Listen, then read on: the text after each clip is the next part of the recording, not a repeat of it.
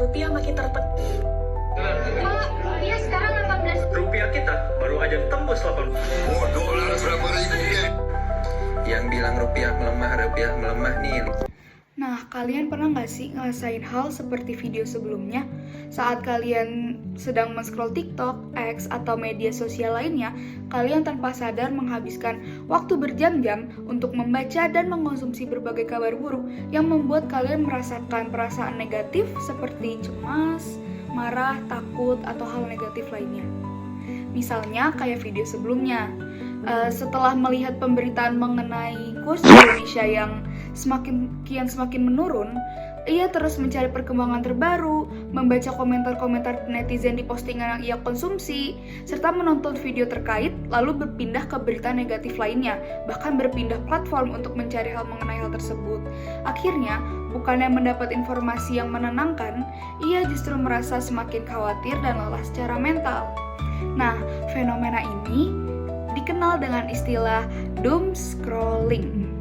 Jadi, pada video ini, saya, Mariza Humayranili Putri, dengan NPM 21061025003 dari kelas A, ingin membahas apa sih itu doom scrolling, bagaimana fenomena ini bisa terjadi, serta contoh kasus yang menunjukkan dampaknya, serta bagaimana peran media dan algoritma platform digital dalam mendorong kebiasaan tersebut. Di video ini, saya juga akan mengaitkannya dengan etika jurnalistik dan tanggung jawab media terhadap publik. Ditonton! Jadi sebenarnya doom scrolling itu apa sih?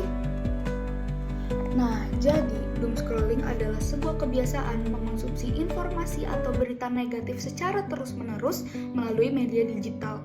Meskipun informasi tersebut dapat menimbulkan ketidaknyamanan, kecemasan, ataupun stres.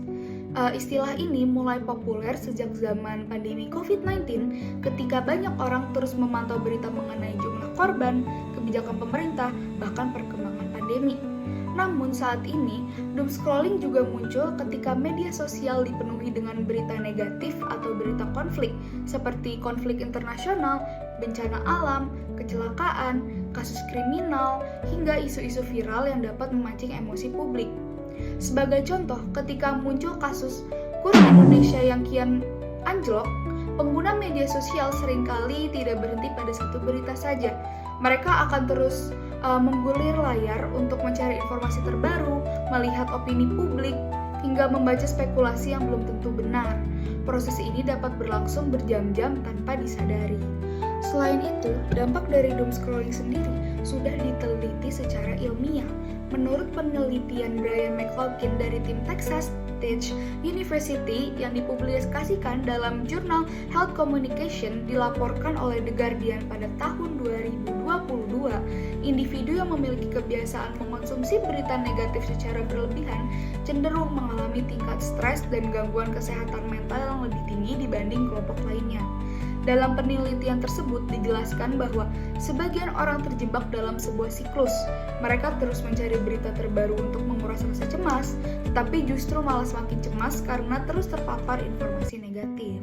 Menurut Brian McLaughlin, mengonsumsi suatu berita negatif yang berlebihan dapat membuat orang merasa bahwa dunia berada pada kondisi yang lebih buruk daripada kenyataannya. Akibatnya, muncul perasaan takut, khawatir, dan stres yang berkepanjangan. Namun, fenomena doom scrolling tidak hanya disebabkan oleh kebiasaan pengguna. Ada faktor lainnya, yaitu algoritma platform digital. Platform seperti TikTok, X, Instagram, dan media sosial lainnya dirancang untuk mempertahankan perhatian pengguna selama mungkin.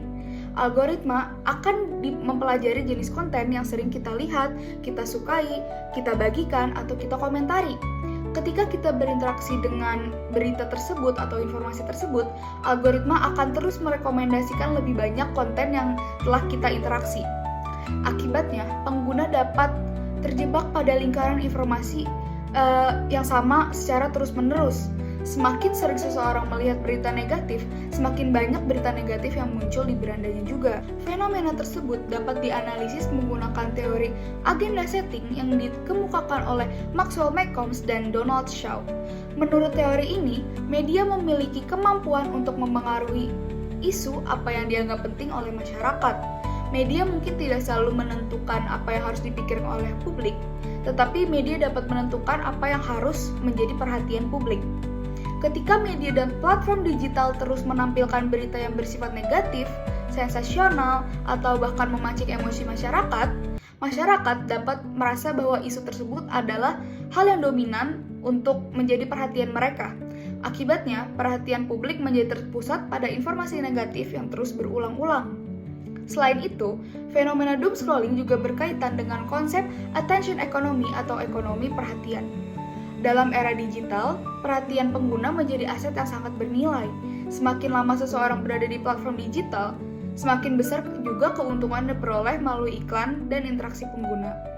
Karena itu, konten yang menimbulkan emosi seperti rasa takut, cemas, bahkan stres, seringkali memperoleh lebih banyak klik dan komentar dibandingkan konten biasa.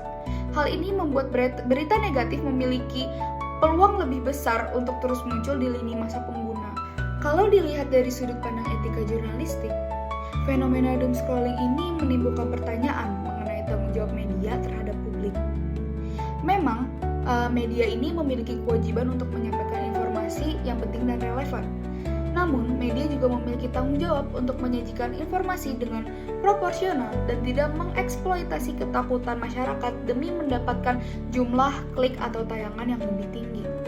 Dalam Kode Etik Jurnalistik Indonesia atau KEJ, wartawan dituntut untuk menghasilkan berita yang akurat, berimbang, dan tidak menyesatkan. Oleh karena itu, media perlu mempertimbangkan dampak psikologis dan pola pemberitaan yang terlalu menekankan sensasi, ketakutan, bahkan tragedi secara berlebihan. Selain itu, terdapat juga Undang-Undang Nomor 40 Tahun 1999 tentang pers yang menegaskan bahwa pers memiliki fungsi memberikan informasi, pendidikan, hiburan, dan kontrol sosial.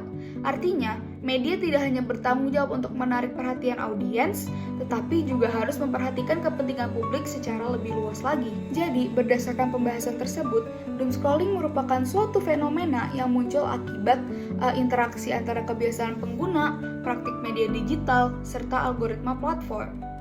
Meskipun masyarakat memiliki kebebasan untuk mengakses informasi, media dan platform digital juga memiliki peranan sangat besar dalam membentuk pola konsumsi informasi. Algoritma yang terus merekomendasikan konten serupa, serta praktik media yang mengejar perhatian audiens dapat membuat pengguna terjebak dalam konsumsi berita negatif secara berlebihan dan terus-menerus.